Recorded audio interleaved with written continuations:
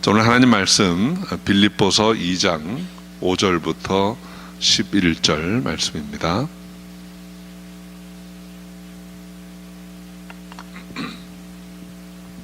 빌립보서 2장 5절부터 11절 말씀 우리 한 절씩 교독하겠습니다.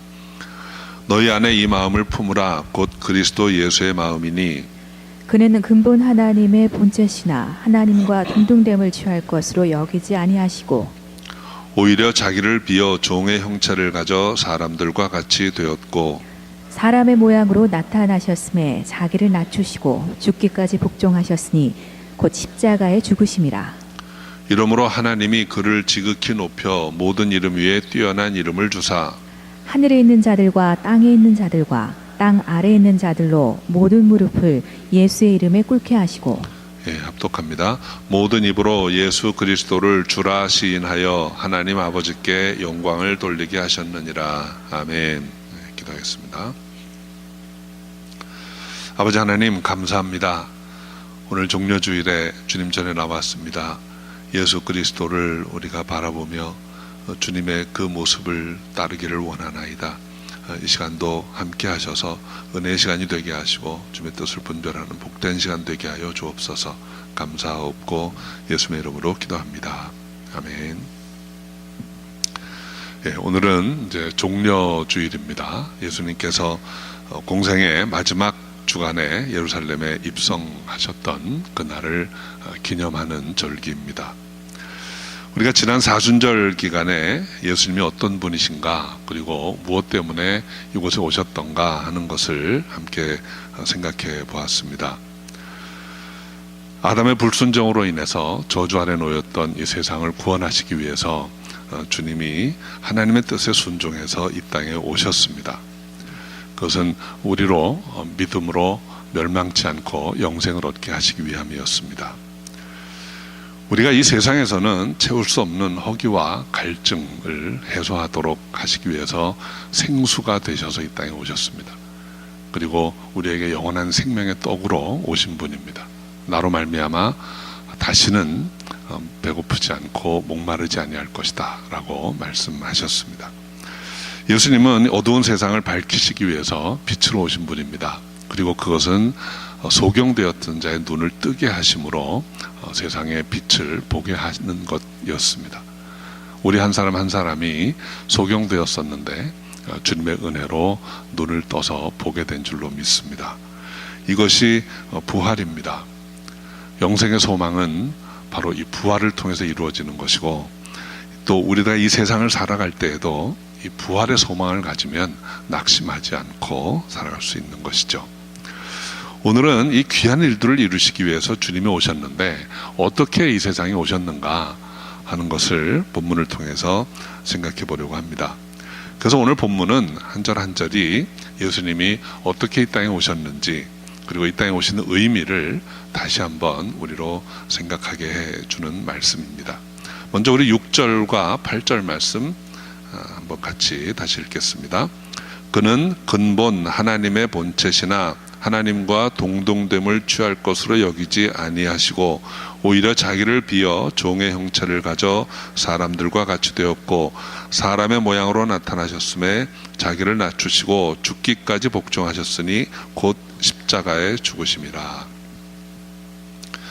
오늘 이 빌립보서 2장의 5절부터 11절 말씀은 요한복음 1장에 나와 있는 말씀을 신학적으로 잘 설명해 준 말씀이에요. 요한복음 1장 14절에 보면 말씀이 육신이 되어 이 땅에 거하심에 라고 했습니다.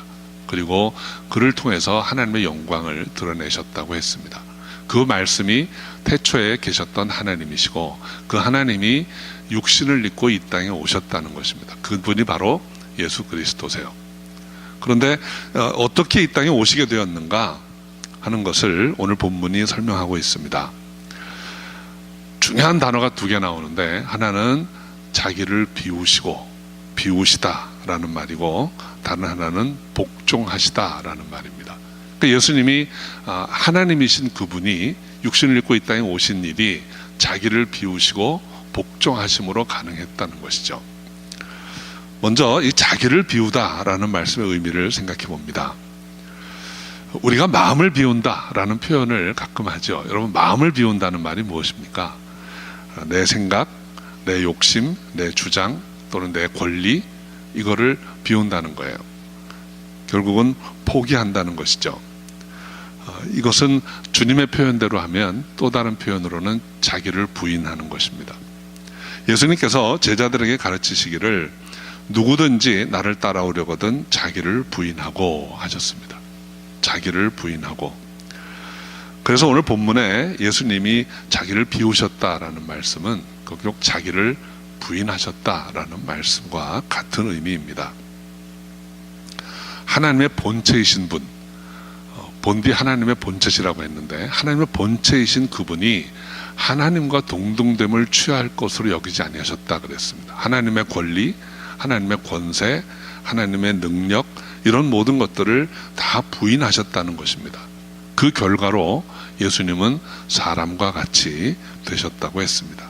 사람의 모양으로 나타나셨다라고 본문이 기록했고, 그것이 바로 종의 형체를 가진 것이라고 했는데, 실상은 모양과 형체만 그런 것이 아니고 그렇게 진짜로 바뀌셨습니다.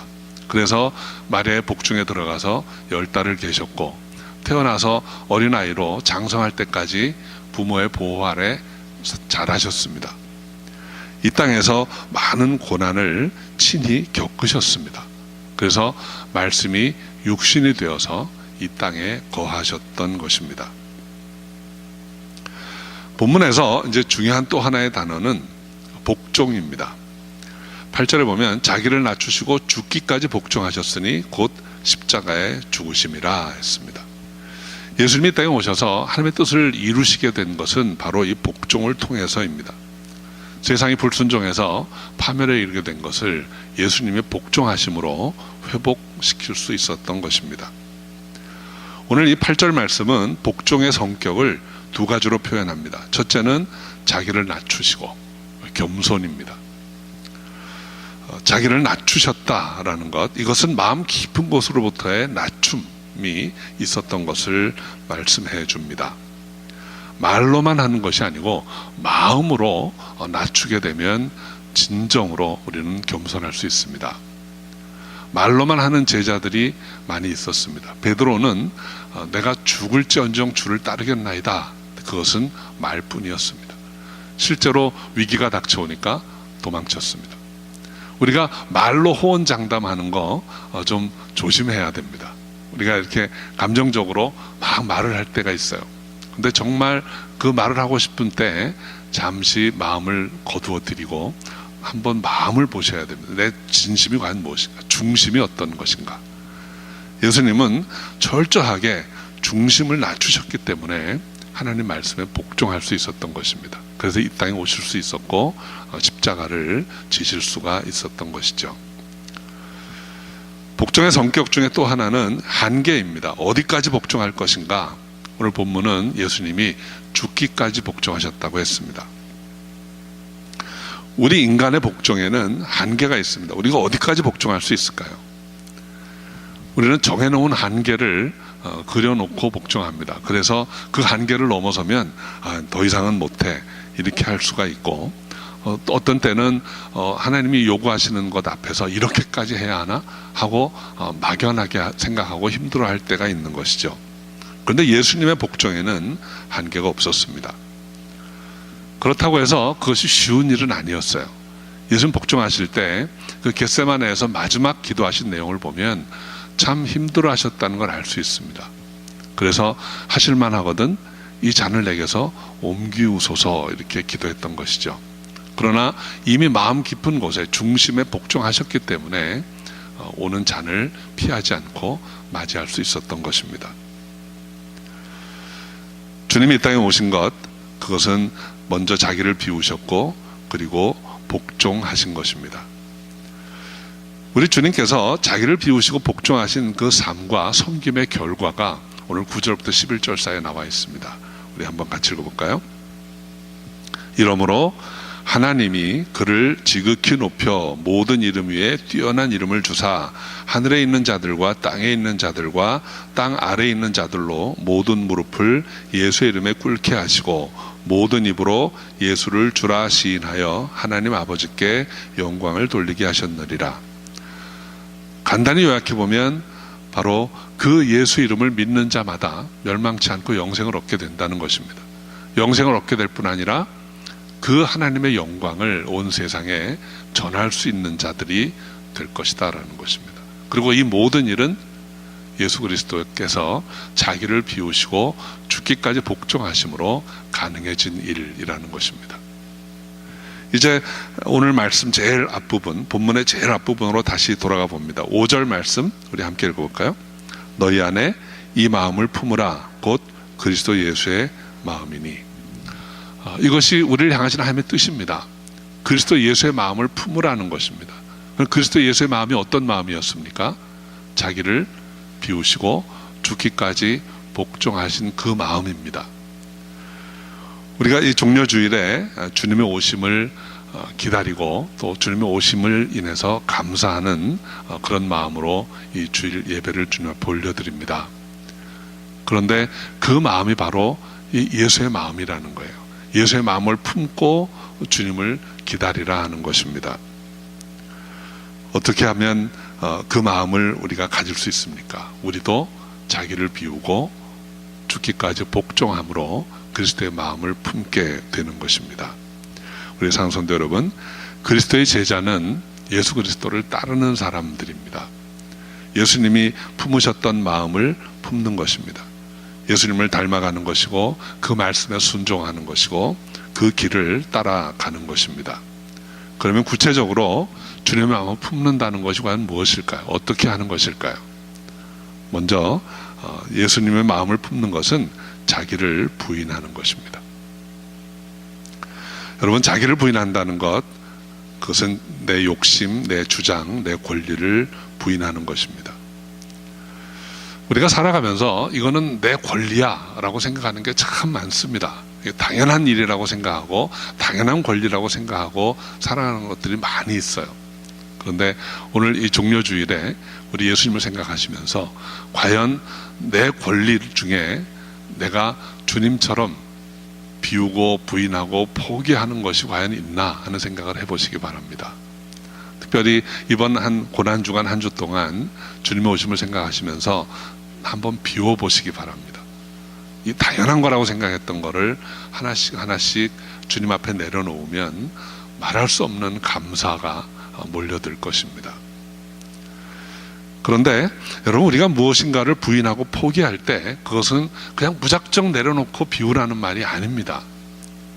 여러분, 그냥 비워놓고 가만히 있으면 어떻게 됩니까? 예수님이 어떤 말씀을 하셨습니까? 집안을 깨끗이 소재하고 나니까 귀신이 7개나 다 더 들어왔다 그랬어요. 우리가 그냥 비워놓는 게 아니에요. 우리가 자기를 부인하고 자기를 비우라는 것은 그 자리에 하나님의 뜻을 놓으라는 것입니다. 말씀을 중심으로 하고 내 생각을 내려놓아야지, 중심으로 하는 것이 없이 내 것만 내려놓으면 오히려 더 곤란한 형편이 되는 것입니다. 다시 말씀드려서 자기를 비우라는 말씀의 의미는 하나님의 말씀, 그리스도의 뜻이 내 삶의 우선순위가 되어야 한다는 것입니다. 그것을 중심으로 해서 그것이 아닌 것들을 내려놓고 비우라 하는 말씀을 우리에게 주신 것입니다. 두 번째로 예수 그리스도의 마음을 품는 것은 복종하는 삶, 순종의 삶을 사는 것입니다. 그 순종의 삶을 살기 위해서 첫 번째는 겸손해야 합니다. 우리가 그리스도를 닮아가는 길, 그리스도를 따르는 길을 가로막는 최대의 장애물은 밖에 있지 않습니다. 내 안에 있습니다. 내 안에, 내 내면에 최대의 적이 들어와 있어요. 그것은 바로 교만입니다. 여러분, 우리 하나님이 제일 가증히 여기시는 것이 교만입니다. 근데 우리 안에 이 교만이 참 많이 싹틀 수 있는 여지가 있다는 것을 기억하시기 바랍니다. 이 교만한 증세들이 많이 나타나는데 어떤 것들이 있는지 몇 가지 살펴보겠습니다. 첫 번째는 자기 사랑입니다. 자기애. 흔히 말하는 왕자병, 공주병 이런 것들입니다. 자기 도취, 나르시시즘. 혼자 거울 보면서 이렇게 흐뭇해 하시는 분들이 있습니다. 아, 괜찮은 것 같아. 이런 생각하는 분들 굉장히 위험합니다. 자기 외모에 자랑스러워하고 자신 있어 하는 분. 결국 자꾸 겉에 거를 만들려고 하는 그런 것이죠. 대접받고 싶어 하는 마음, 섬김받고 싶어 하는 마음, 이런 것들이 다 이 교만으로 연결되어 갑니다. 이 슈퍼맨 컴플렉스라는 게 있습니다. 옛날에 한동안 아이들이 목에 이렇게 스카프 두르고 2층에서 뛰어내리고 했던 적이 있습니다. 실제로. 만화 영화 보고 슈퍼맨처럼 할 수 있다고 생각한 거죠. 이 복싱 챔피언이었던 무하마드 알리가 한 번은 비행기 타고 여행을 하는데 이제 안전벨트를 안 매고 있더래요. 그러니까 스튜어디스가 와가지고 벨트 매라고. 그러니까 나 같은 슈퍼맨은 안 매도 된다. 그러니까 스튜어디스가 쳐다보더니 슈퍼맨은 비행기 안 타고 날아다닌다. 무안해하면서 안전벨트를 맸다고 합니다. 우리가 이 땅에서 조금 성공한 거, 성취한 걸 가지고 다 할 수 있다고 생각하는 이런 것이 슈퍼맨 컴플렉스입니다. 하나님을 의지하지 않으려고 하고, 내가 가진 것 더 의지하고, 이거면 충분하지. 내가 뭘 하나님을 의지해. 하나님이 나한테 해준 게 뭐가 있어. 이런 생각까지 나아갈 수 있는 거예요. 그렇게 말씀하는 분은 아마 없을 겁니다. 그런데 실제의 삶에서 하나님을 의지하지 않습니다. 그걸 뭘 기도해. 내가 하면 되지. 라는 생각 가지고 있고, 뭘 그렇게 예배를 열심히 드려야 되나. 그냥 내 삶 내가 알아서 하면 되지. 결국은 그런 식으로 흘러가는 것이 슈퍼맨 콤플렉스하고 다르지 않습니다. 여러분 인생의 안전벨트가 무엇입니까? 주님의 말씀과 기도입니다. 나는 안 매도 돼 하고 살아간다면 그것이 가장 위험한 길을 가는 것입니다. 메시아 콤플렉스라는 게 있습니다. 내가 누구를 항상 도와야 된다고 생각하는 분이 있어요. 내가 누구를 항상 도와야 된다. 근데 곁에서 보면 그 사람이 도움 받아야 될 사람인데 자꾸 누군가를 도우려고 해요. 나보다 어려운 사람 곁에 가서 뭔가 해줄 수 있는 게 없을까? 근데 하는 게 별로 없어요. 우리가 하나님 앞에서 정말 겸손해야 됩니다. 내가 먼저 구원받고 내 영혼을 수시로 돌보아야 합니다. 성경은 두렵고 떨리는 마음으로 내 구원을 이루라고 했어요. 정말 구원받은 자라면 두렵고 떨리는 마음으로 나를 돌아보고 구원받은 자답게 살아야 합니다. 남의 삶에 간섭하고 판단하고 할 여가가 없는 것입니다. 현실감 없이 그 우월감을 가지고 사는 것 굉장히 위험한 일입니다. 또 우리 겸손을 해치는 것 중에 하나가 이 경쟁심입니다. 올라가려고 하고 대접받으려고 하는 것. 모든 것을 버리고 주님을 따랐다고 하는 제자들의 삶에서도 이 경쟁심이 끝까지 남아있던 것을 보게 됩니다.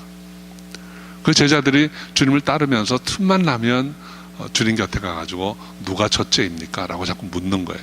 자기들끼리 길가를 가다가도 누가 으뜸이냐라고 다투기도 합니다. 예수님 곁에 조용히 가가지고 당신의 나라가 임하거든 나를 가장 오른편에, 내 형제를 왼편에 놓아달라고 로비도 합니다. 마지막에 베드로는 부활하신 주님 만나서 내가 나를 따라오리라. 사람들이 너를 내가 원치 아니하는 곳으로 데려가리라. 그러면서 죽음을 얘기하시는데 그 순간에도 베드로는 쟤는 어떻게 되는데요? 사도 요한 가리키면서 계속 끊임없이 비교합니다. 어쩌면 우리 삶 가운데도 그런 비교의식이 있는지 모릅니다. 비교의식을 갖고 있는 한 우리는 겸손하지 못합니다. 마태복음 20장 26절 27절에 보면 너희 중에 누구든지 크고자 하는 자는 너희를 섬기는 자가 되고 너희 중에 누구든지 으뜸이 되고자 하는 자는 너희 종이 되어야 하리라 하셨습니다. 크고자 하는 마음, 섬김받고자 하는 마음, 으뜸이 되고자 하는 마음은 우리가 육신을 갖고 있는 한 버릴 수 없는 것입니다. 주님도 그것을 아시고 크고자 하지 말아라, 으뜸이 되고자 하지 말아라 이렇게 하지 않으셨어요. 그 대신에 진정으로 으뜸이 되고자 하는 자는 내려가라, 낮은 곳에 가라. 진정으로 첫째가 되고자 하려면 섬겨라 이렇게 말씀하십니다. 아무리 말씀을 하셔도 못 알아듣습니다. 그래서 주님이 이 땅을 떠나시면서 마지막으로 하신 일이 있어요. 제자들의 발을 씻겨주신 일입니다. 여러분, 예수님이 말씀이 육신이 되어 이 땅에 오신 하나님이 이 세상 떠나시기 전에 제자들에게 뭐 어떤 다른 걸 하실 수는 없었을까 하는 생각을 해봅니다. 우리는 세족이라는 것이 너무 은혜가 되니까 참 귀한 본을 보이셨다라고 말씀하지만, 여러분 이 냉정하게 정신 차리고 가만히 생각해 보면 주님이 오죽 답답하셨으면 마지막에 하신 일이 발 씻어 주신 일일까 하는 걸 생각해 보셔야 합니다. 못 알아들으니까. 진정으로 첫째가 되고 으뜸이 되는 것이 무엇인지 제자들은 여전히 모르고 그저 밟고 올라가서 자기가 탑이 되려고 하고, 그런 사람들의 마음을 보시고 발을 씻어 주셨어요. 그리고 너희도 이렇게 하라. 마지막에 주님이 부탁하시고 당부하신 일이 뭐 능력을 가지고 권세를 가지고 축사를 하고 오병이어를 가지고 5,000명을 뭐 하는 그런 능력을 주신 것이 아니고, 무릎 꿇고 내려가서 서로 발을 씻겨주라 하는 것을 말씀하셨습니다. 세상을 이기는 것은 바로 이 겸손입니다. 주님의 뜻대로 겸손하는 저 여러분 되시기를 주 이름으로 축원합니다. 그렇다면 실제로 어떻게 하는 것인가, 겸손하다는 것이 무엇인가 하는 것을 빌립보서 2장 3절 4절에서 말씀합니다. 한번 같이 읽어볼까요? 아무 일에든지 다툼이나 허용으로 하지 말고 오직 겸손한 마음으로 각각 자기보다 남을 낮게 여기고 각각 자기 일을 돌아볼 뿐더러 또한 각각 다른 사람의 일을 돌아보아 나의 기쁨을 충만케 하라. 겸손하다는 것은 구체적으로 자기보다 남을 낮게 여기는 거예요. 비교하지 않고 낮게 여기는 것, 이것입니다. 제가 어느 한 믿음의 선배님의 이야기를 듣고 아주 참 감동받은 적이 있습니다. 그분이 그런 말씀을 하세요. 나는 평생 좋은 사람들만 어떻게 이렇게 많이 만났는지 모른다. 자기는 이제까지 살아오면서 다 하나님이 참 좋은 사람들만 붙여주셨다는 거예요. 그래서 이분한테는 이런 걸 배우고 저분한테는 저런 걸 배우고 그렇게 살았다는 거예요. 그래서 저는 그 말씀 들으면서 저분은 참 정말 복 받으셨나 보다. 근데 나는 왜 이렇게 박복할까? 이런 생각을 해본 적이 있어요. 근데 제 생각이 잘못된 거를 깨달은 지 얼마 안 돼서 금방 깨닫습니다. 여러분, 그분이라고 해서 정말 좋은 분들만 만났을까요? 그분의 삶을 이렇게 옆에서 기억해 보면 참 괴롭힌 사람도 많았어요. 힘들게 하는 사람들도 많았어요.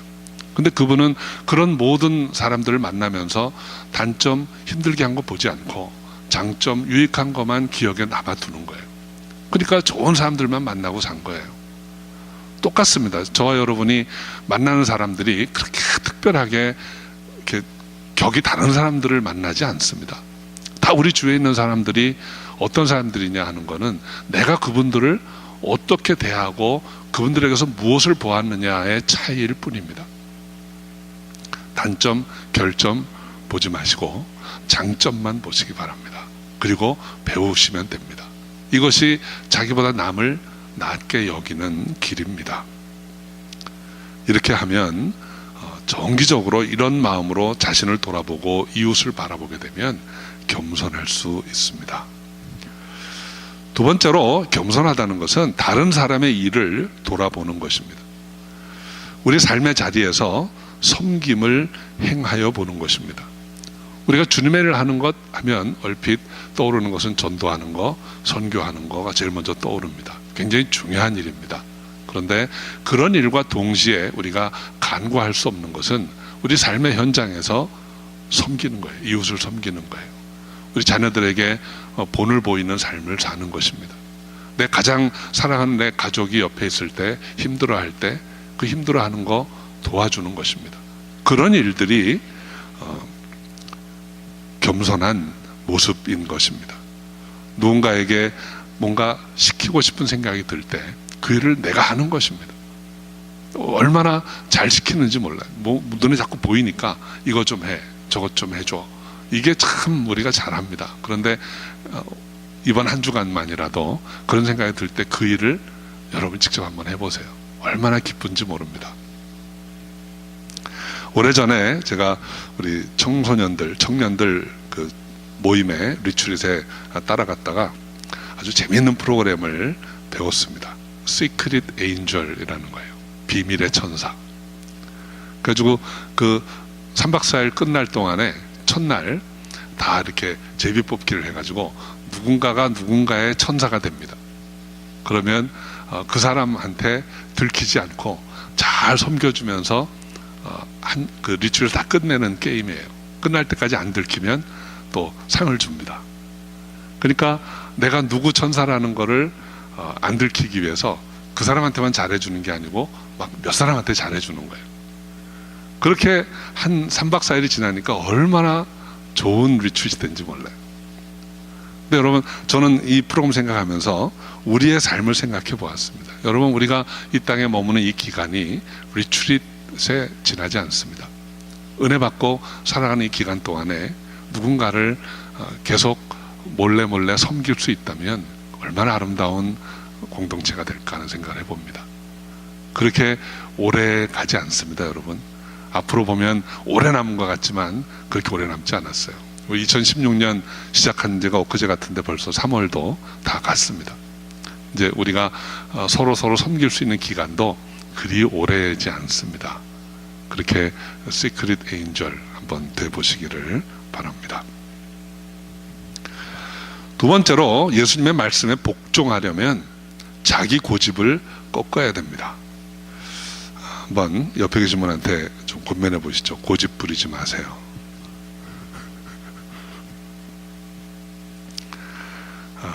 우리가 살아가면서 내 생각에는, 내 경험으로는, 내가 알기로는 하고 고집을 세우는 일이 얼마나 많은지 모릅니다. 제가 지난번 선교제에 갔을 때 느낀 것도 그런 것이었습니다. 먼저 그곳에 한 20년 계셨던 선교사님들이 내 경험으로는, 내가 이 나라 사람들을 알기로는 이거는 안 되는 거야. 이 고집이 얼마나 센지 몰라요. 그래서 처음에 기도하고 들어와서 섬기려고 하면 그렇게 하지 마. 내가 20년 동안 경험한 바로는 안 되는 거야. 이런 식으로 자꾸 자기 주장을 합니다.